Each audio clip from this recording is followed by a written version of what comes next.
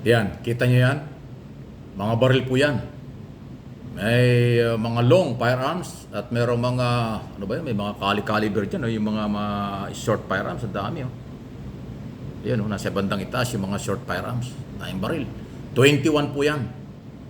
21 mga baril ang isinurrender ng kampo ni Apollo Kibuloy sa PNP Davao.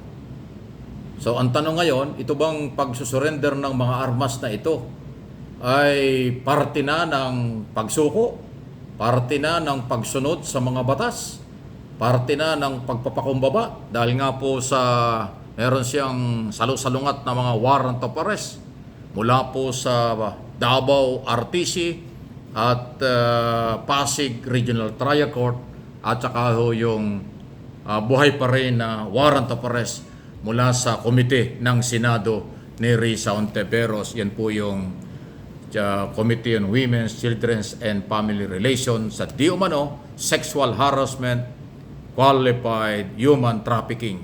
At yun po yung mabigat, yung human trafficking, non-bailable offense yan sa Pasig.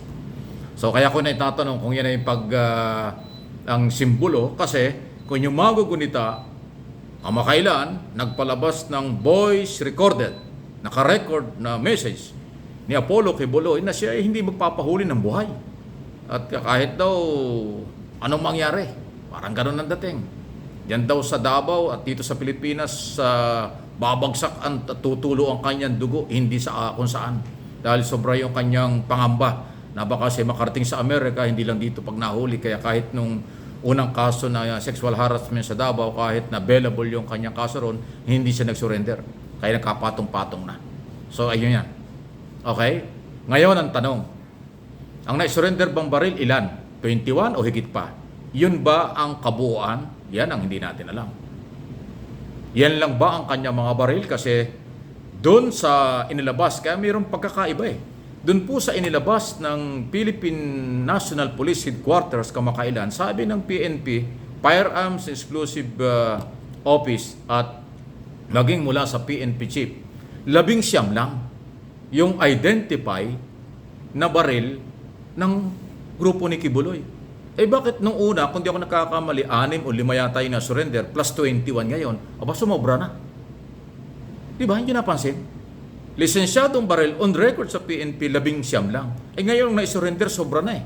21 plus 5, parang gano'n. Sabihin natin 21, sobra pa rin.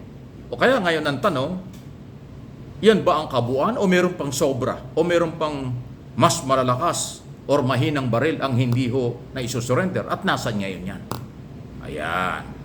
Kung yung mga gunita, under the law, 6 na buwan yata binibigay na pagkakataon sa sino man naghahawak ng baril na kinansila ang license na dapat isurrender. Kung hindi, ay illegal possession of firearms ang aabutin.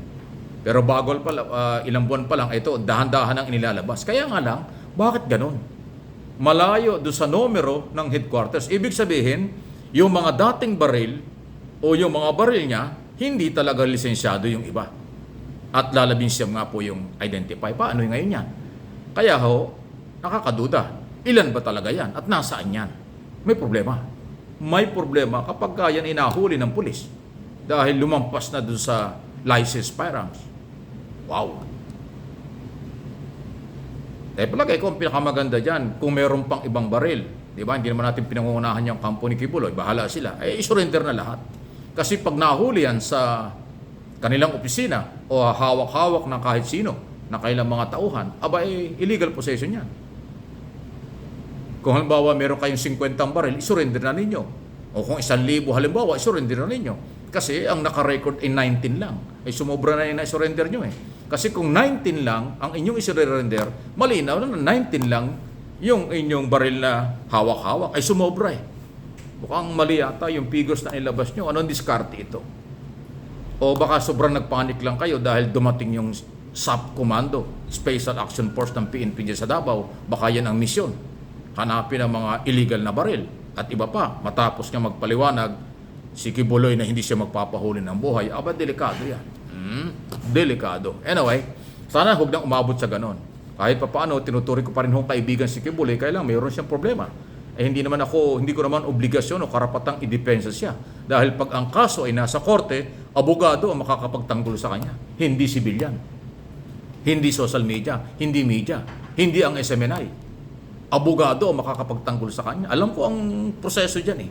Kaya kahit siya itinuturing ko pa rin kaibigan, kahit ako binabanatan ng kanyang mga member, kahit ako pinipake news ang kanyang mga tao dyan, katulad ni Arman, si Admar Bilando, na pinipake news ako, pinagbibintangan niya ako merong kondo at saka mamahaling sasakyan na Raptor, fake news yun. Hindi totoo yun, wala akong ganon. O, di ba? Ganyan ang pagkatao nila eh. Sisiraan ka na sisiraan, mahilig silang gumawa ng fake news, ikakalat nila sa social media, wala namang pagpapatunay.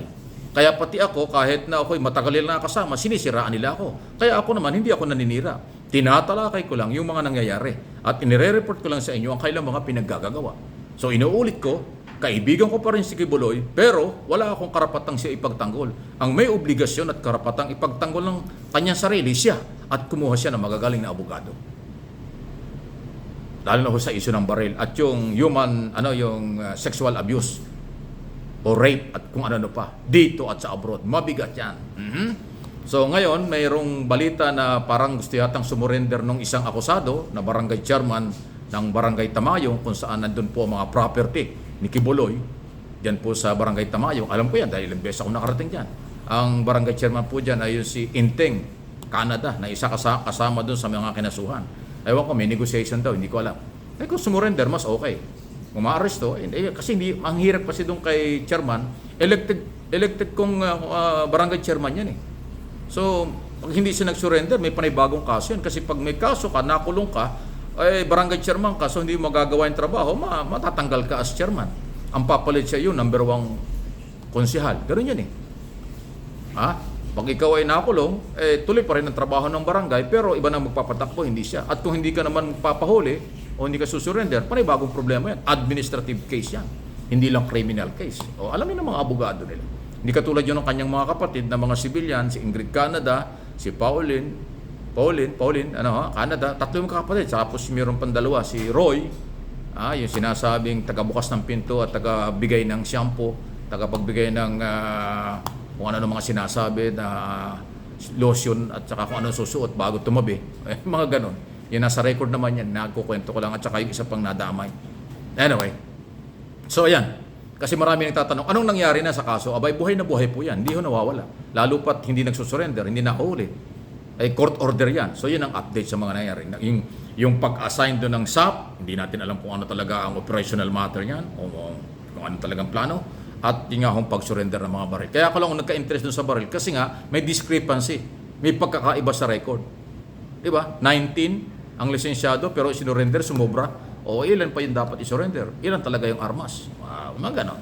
Nako, ayan, ang update sa controversial. At tandaan nyo, hanggat may warrant of arrest, hindi nahuhuli at hindi ho nagpapahuli, ay hindi magkakaroon ng trial. Diba? Matatagalan ang paghahanap ng hustisya. Lahat sila ay biktima. Dahil yung akusado na si Kibuloy, yan po inosente pa rin. Yun naman ang mga nag-akusa, siyempre nag-aakusa, naghahanap ng hustisya. Kaya nga ho, katarungan ang kailangan. Paglilitis sa korte, hindi pwede ang taguan, hindi pwede ho ang kung anong plano. Korte pa rin ang magde-decide kapag ka ho nasa court na ang usapin.